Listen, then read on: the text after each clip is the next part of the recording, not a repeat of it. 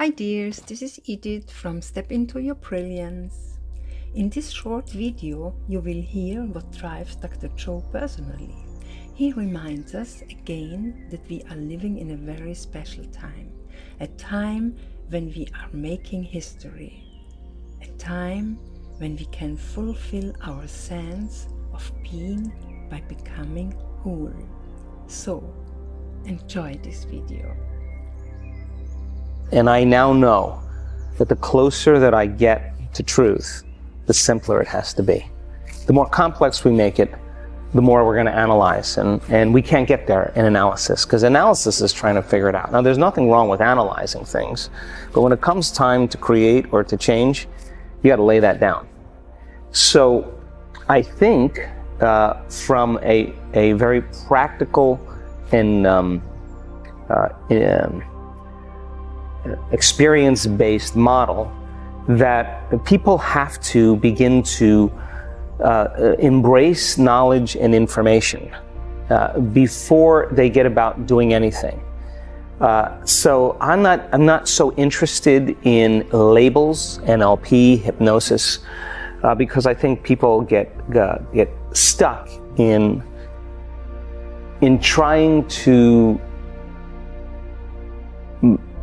trying to create a limited model. Now, what I love is truth. And there are similarities, whether you're talking about NLP or you're talking about the Bible or the Quran or you're talking about hypnosis. There are elements of those things that have helped people. Now, I don't study NLP, although I'm invited to NLP conferences to explain the neuroscience and biology of personal change and transformation. I started my journey studying hypnosis and hypnotherapy because what separates the conscious mind from the subconscious mind is the analytical mind. And when you teach people or help people get beyond their analytical mind, now you enter the operating system where you can begin to reprogram a person. So there are elements of all of those things that are pieces of important truths. But I wouldn't categorize them, because the moment I say NLP, the moment I say chakra, the moment I say hypnosis, the moment I say Jesus, the moment you say Kabbalah, the moment you say something, you're going to divide an audience. Because some people are going to say, oh, I tried that, it didn't work, I don't even know what that means. So I'm very, very aware of all of that, and I'm very particular in the language that I use, because I don't want people to categorize that. I want it to be in a realm where they can say, well, that's kind of like this, or that's kind of like what Jesus said, or that's kind of like what I learned in NLP, or I think I heard that in the Kabbalah somewhere, or I saw that on the History Channel. It doesn't matter. I don't want to take this and put it in a box. I want to keep evolving it. I want to keep changing it.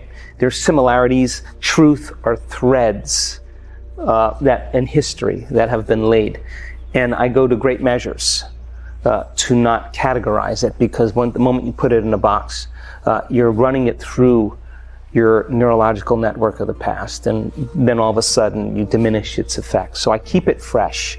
I never use any of those words or languages, because those words were great 2,000 years ago. Those words were consistent with the language of 5,000 years ago. And I've been at religious conferences where I've been invited and watched great religious scholars argue about a word, argue about the meaning of a word. So after an hour, I'll say to them, well, let's make up a new word.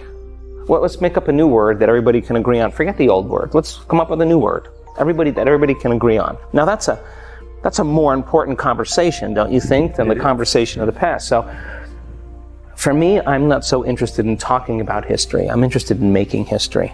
And this is a time in history where it's not enough to know. This is a time in history to know how. And you could be black, you could be white, you could be old, you could be young, you could be sick, you could be vegetarian, you could be in shape, you could be out of shape, you could be rich, you could be poor, you could be successful, you could have never, ever had any experience in meditation or personal transformation. It doesn't matter. I've seen it on all shapes, all sizes, all colors, all cultures. Sick people, healthy people, young people, old people. All you got to do is apply the formula. That's it. Nobody's excluded from the phenomenon. And my job is to not create any exclusivity. My job is to create community. And science creates community. It's the language. It's the contemporary language we use. People come to our workshops for all different reasons. Some people come because they're sick. Some people come because they want more money. Some people want a new job, a new opportunity, a new career, a new relationship. Some people want the mystical. The people come for all kinds of reasons. To me, I don't care. What I care about is that they latch on to a vision and they learn how to create. Whatever drives them to that elegant moment where they're so present and so passionate about what they want, and they have a clear intention, a clear vision, a coherent brain, and they have an elevated emotion combined with it, that they create heart coherence. And now they're broadcasting a whole new energy into the field. And whatever we broadcast into the field is our experiment with destiny. So I want people to know the how.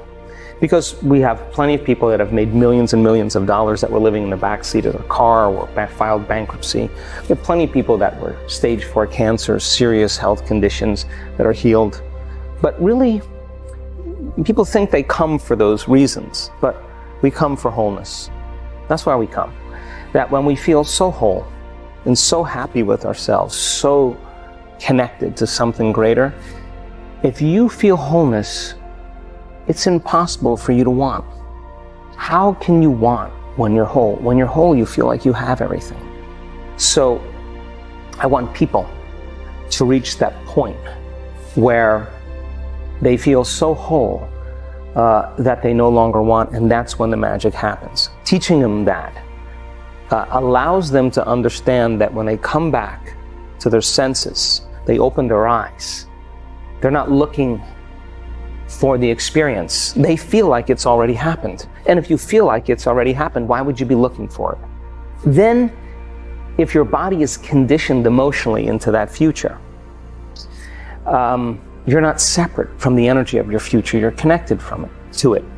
But the moment you get in traffic and you start getting angry, you get on the line at the bank and you start getting impatient, or you're sitting in a staff meeting and you start judging a coworker, you just disconnected from the energy of the future, and now you're back to the energy of your past, and you've done nothing wrong. You just lost your connection to the future. Now, the importance of that is to notice that you're disconnected. And if you say to me, well, that person made me feel this way and think this way, I'd say, oh my gosh, you're back to the unconscious program of being a victim in your life. The victim is saying that someone or something is controlling how I think and feel. But a person who's producing outcomes in their life, all of a sudden they say, wow, the way I'm thinking and feeling is creating outcomes in my life. Now I'm a creator in my life, and now I believe less that I'm a victim of my life. Point one. Point number two is that people think that they want certain things because they're experiencing lack.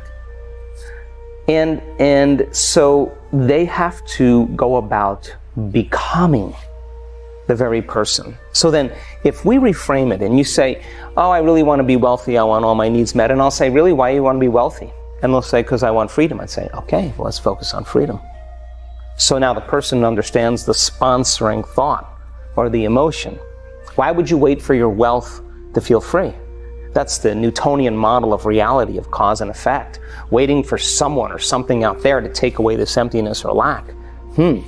And what if I'm feeling this emotion is influencing certain thoughts, and how I think and feel creates my life. If I'm living in lack, I'm not going to create anything new.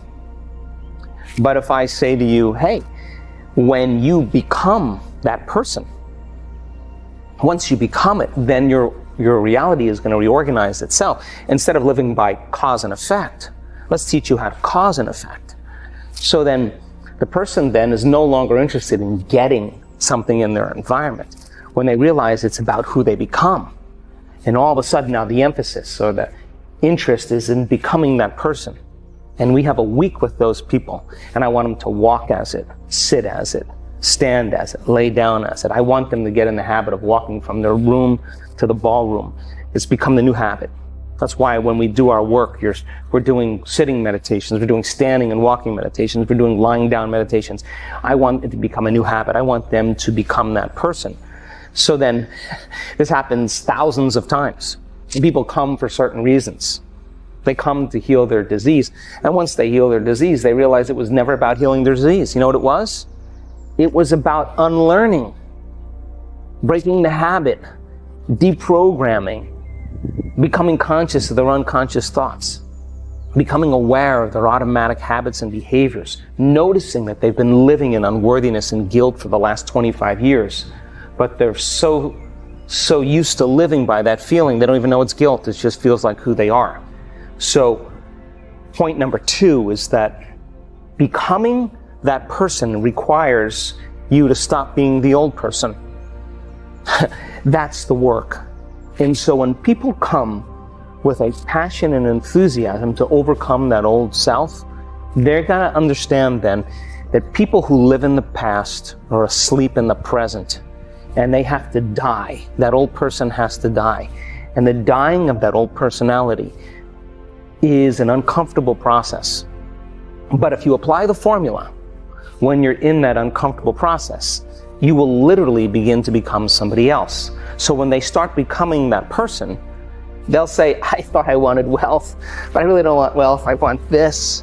And all of a sudden, here come the synchronicities, the opportunities, the serendipities, the coincidences, the wonderful, wonderful events start unfolding in their life, and they're going to say to you, I'm not doing anything.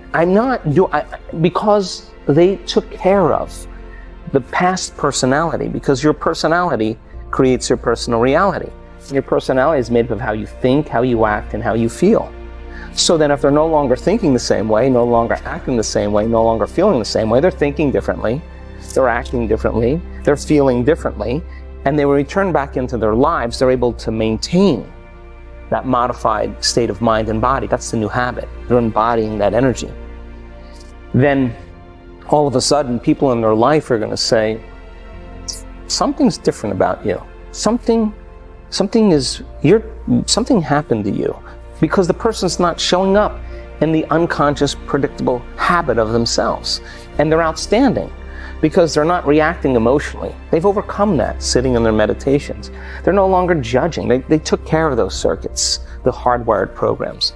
They're no longer blaming or complaining or making excuses because they sat for 2 hours and I let them sit in that emotion and those habits until they finally got beyond them. Now, that's the work. So that person that they've had to conquer, that person they've had to overcome, that they had to become conscious of so they would not go unconscious again. The side effect of that is self-love.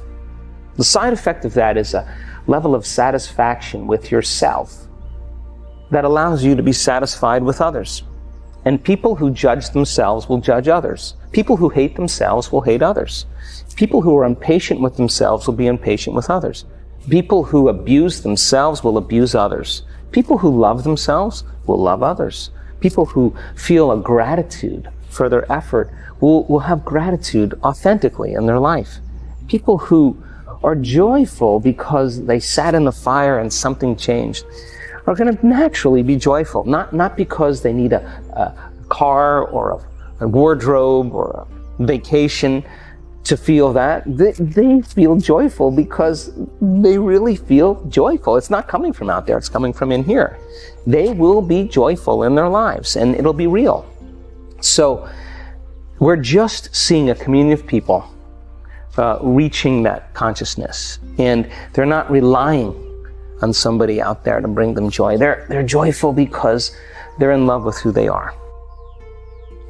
I love this image of him because I'm convinced that on the way to this wholeness that fills us more and more, we also become healed. And that is one reason why I started this channel, to present you the knowledge and the know-how that keeps you on this path. And I will be very happy if you leave me a comment, so we can share our experiences, or a like, or if you subscribe my channel. See you tomorrow. Bye.